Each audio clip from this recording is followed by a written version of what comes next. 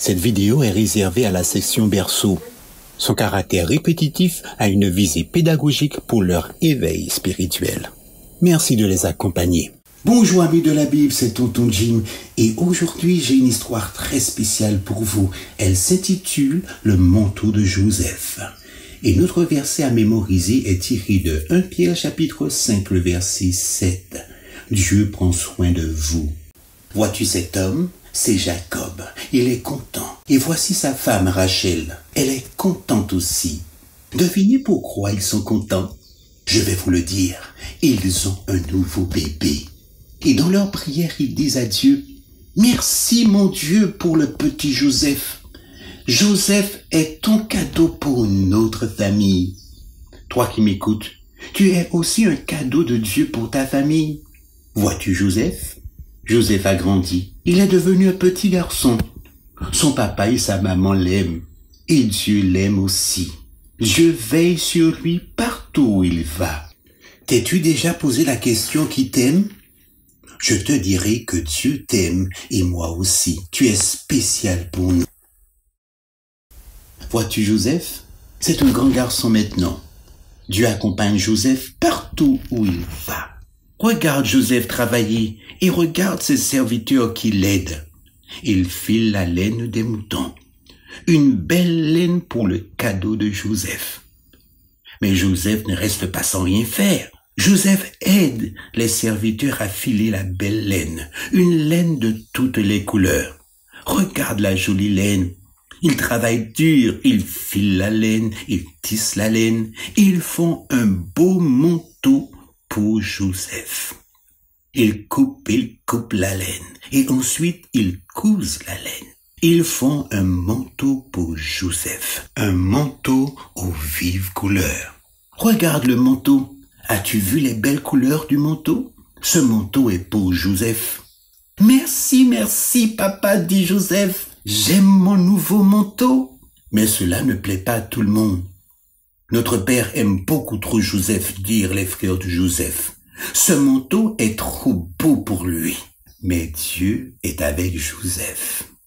Joseph est content. Il saute de joie avec son nouveau manteau. C'est un cadeau d'amour pour Joseph. Dieu prend soin de lui. As-tu quelque chose de spécial? Oh, très certainement. Tu peux les compter sur tes doigts et dire à Jésus, « Merci Jésus pour les cadeaux spéciaux que tu nous donnes. Accompagne-nous où nous irons aujourd'hui. Amen. » À bientôt.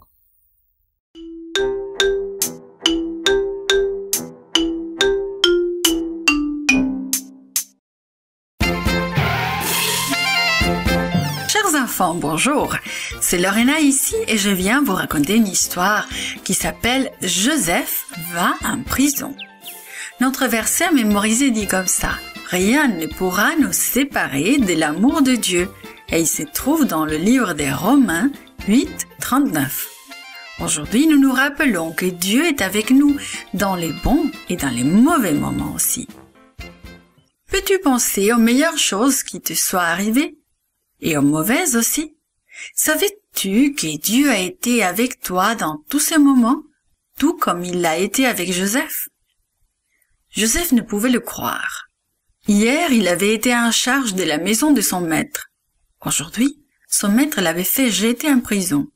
Joseph savait qu'il n'avait pas fait d'erreur. Et il savait une chose encore plus importante.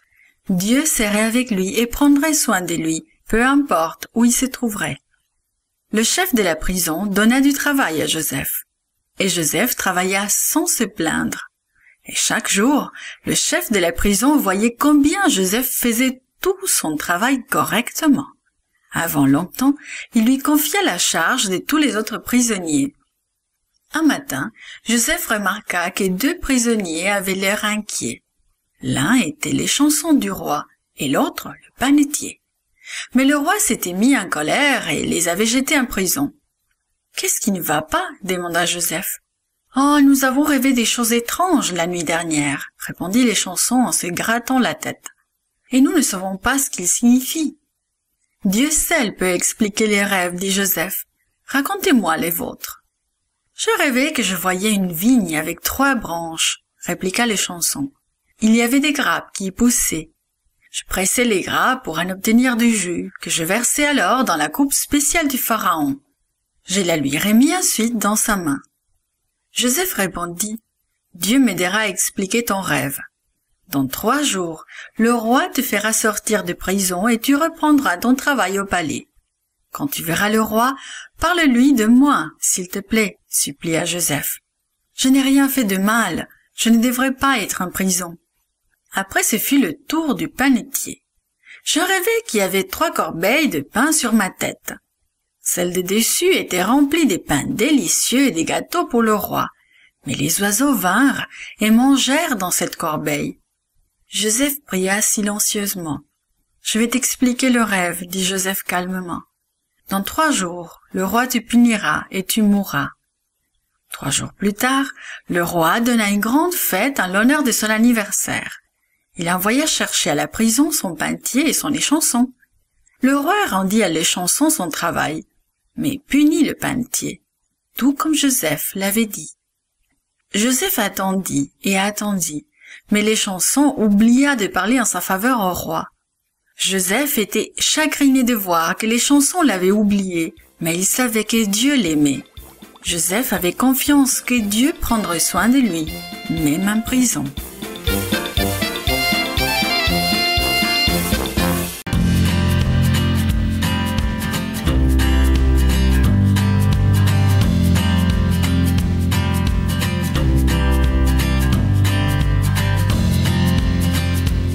Bonjour, c'est Virginie.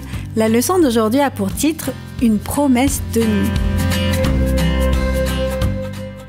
Le verset à mémoriser se trouve dans Apocalypse 1, verset 7. « Voici, il vient avec les nuées et tout œil le verra. » As-tu déjà pensé à ce qui se passera quand Jésus reviendra pour nous amener au ciel avec lui? Jetons un coup d'œil sur l'avenir. Voici comment cela se passera. Jésus viendra sur un nuage si grand que tout le monde sur la terre pourra le voir. Au-dessus de la nuée se trouvera le plus brillant et le plus coloré des arcs-en-ciel. La nuée resplendira de 1000 feux. Jésus sera entouré d'anges innombrables, peut-être plus d'1 million. Est-ce que tu sais combien cela fait? 1 million. 1, 0, 0, 0, 0, 0, 0. Ça fait beaucoup de zéros, n'est-ce pas? Seul Jésus sait combien il y a d'anges. Jésus portera une robe d'un blanc éclatant sur laquelle se trouvera un signe qui dira « Roi des rois et Seigneur des seigneurs ». Quand il est mort sur la croix, Jésus portait une couronne d'épines. Mais à son retour, il portera une belle et grande couronne étincelante. Mais cette couronne ne sera pas aussi resplendissante que son visage. Celui-ci sera encore plus étincelant que le soleil en pleine journée. Tu seras si heureux de le voir que ton visage s'illuminera aussi.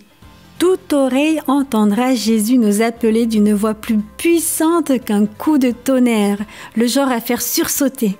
Sa voix descendra au fond de la terre et réveillera les morts. Puis un coup de trompette retentira. Tu entendras alors la voix de plus d'1 million d'anges chantant les louanges de Jésus. Alors que la nuée se rapprochera, toute la terre tremblera. Les éclairs fuseront, le tonnerre grondera. Jésus dira aux morts « Réveillez-vous, debout !» Et tous les enfants de Dieu qui sont morts ressusciteront et loueront Jésus. Adam se lèvera, Rahab se lèvera, Daniel se lèvera, Pierre se lèvera, Marie-Madeleine se lèvera. Toutes ces personnes, alors qu'elles sortiront de leur tombeau, seront parfaites parce que Jésus les aura changées en un éclair. Les anges viendront à la rencontre des ressuscités et de ceux d'entre nous qui seront encore vivants. Les anges nous aideront à retrouver nos familles. Ils mettront les bébés dans les bras de leur maman et les enfants auprès de leur père. Ils rassembleront les amis, puis ils nous prendront tous pour nous amener à la rencontre de Jésus sur la nuée. Quand tout le monde sera réuni, de la nuée sortiront des ailes et des roues. La nuée deviendra un chariot nuage. Les anges chanteront « Saint, Saint, Saint est le Seigneur Tout-Puissant ». Et tous les gens qui se trouveront sur la nuée crieront « Alléluia !» tandis que le nuage chariot s'élèvera et montera sur la nouvelle Jérusalem, la cité de Dieu. Le retour de Jésus sera un événement brillant, étincelant, heureux et bruyant. Ce sera comme un défilé, une parade, une grande fête de famille. Je veux voir tout cela. Et toi ?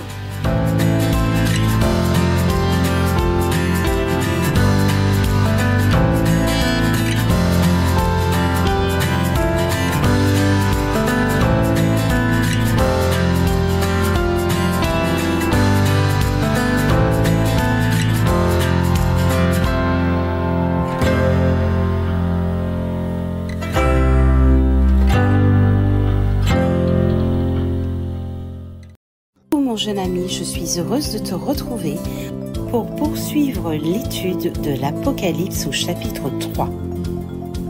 Dieu a donné à Jean, l'apôtre Jean, qui est exilé sur l'île de Patmos, un message pour 7 églises, des églises qu'il connaît d'ailleurs très bien, Éphèse, Smyrne, Pergame et Thyatire. Christ a donné à ces églises un message d'encouragement, puis il leur a indiqué les choses qu'elles doivent corriger. Cette semaine, nous allons donc voir le message qu'il a donné pour Sardes, Philadelphie et Laodicée. À l'église de Sardes, Jésus dit « Je connais tes œuvres, tu passes pour être vivant et tu es mort. Réveille-toi, tu sais ce qu'il faut faire. Obéis à mes paroles et repens-toi. Sinon, je viendrai comme un voleur et je te surprendrai. Tu as à Sardes quelques hommes qui n'ont pas souillé leurs vêtements. Ils marcheront avec moi. Celui qui vaincra sera revêtu ainsi de vêtements blancs. Je confesserai leur nom devant mon Père. » À l'église de Philadelphie, Jésus dit « Je connais tes œuvres. J'ai placé devant toi une porte ouverte que personne ne peut fermer. Je sais que tu es faible, mais tu as gardé ma parole et tu n'as pas renié mon nom. Parce que tu as gardé la parole de la persévérance, je te garderai à l'heure de l'épreuve qui va venir. Retiens ce que tu as afin que personne ne prenne ta couronne. Celui qui vaincra, je ferai de lui une colonne dans le temple de mon Dieu. Nous ne serons jamais plus séparés. Donnerai mon nouveau nom. » Enfin, Jésus a un message fort différent pour l'église de Laodicée. Il n'a rien de positif à lui dire. Je sais que tu es tiède, je te vomirai de ma bouche. Tu dis que tu es riche, mais tu es pauvre et aveugle. Achète de moi de l'or pur et tu seras vraiment riche. Achète des vêtements blancs pour couvrir tes péchés et un collier pour ouvrir tes yeux. Moi, je reprends et je corrige tout ce que j'aime. Aie donc du zèle et repens-toi. Voici, je me tiens à la porte et je frappe. Si quelqu'un entend ma voix et ouvre la porte, j'entrerai chez lui, je souperai avec lui et lui avec moi. Apocalypse 3, les versets 19 et 20. Qu'avons-nous retenu de notre si belle leçon, un conseil salvateur? Jésus encourage chacune des églises présentées dans ce chapitre et souligne les secteurs où elles doivent s'améliorer. Même s'il n'y a rien de positif à mentionner concernant l'église de Laodicée, son cas n'est pas désespéré. Jésus supplie les Laodicéens d'accepter son aide. Jésus nous donne ce dont nous avons besoin pour notre salut. À nous de répondre à son invitation. Nous adorons un Dieu qui nous connaît bien et qui continue à nous aimer malgré tout. Nous l'adorons en étant réceptifs à ses directives et en les appliquant dans notre vie quotidienne. Oui, mon ami, nous louons Dieu parce qu'il nous aime et nous guide. Veux-tu, toi aussi, te laisser guider par ton Seigneur et Sauveur?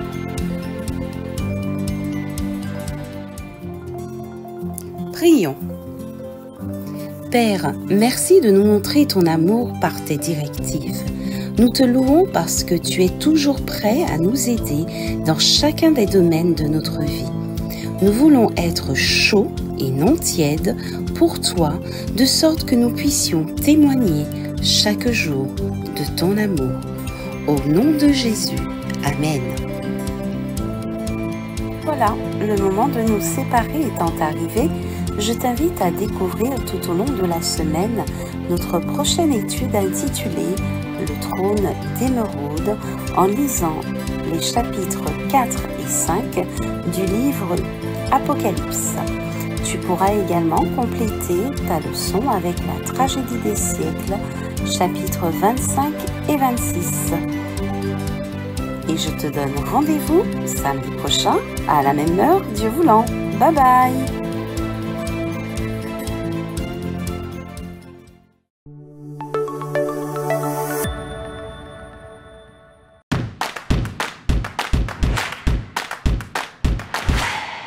Salut les amis, si vous aimez nos vidéos, abonnez-vous et n'oubliez pas le petit pouce bleu.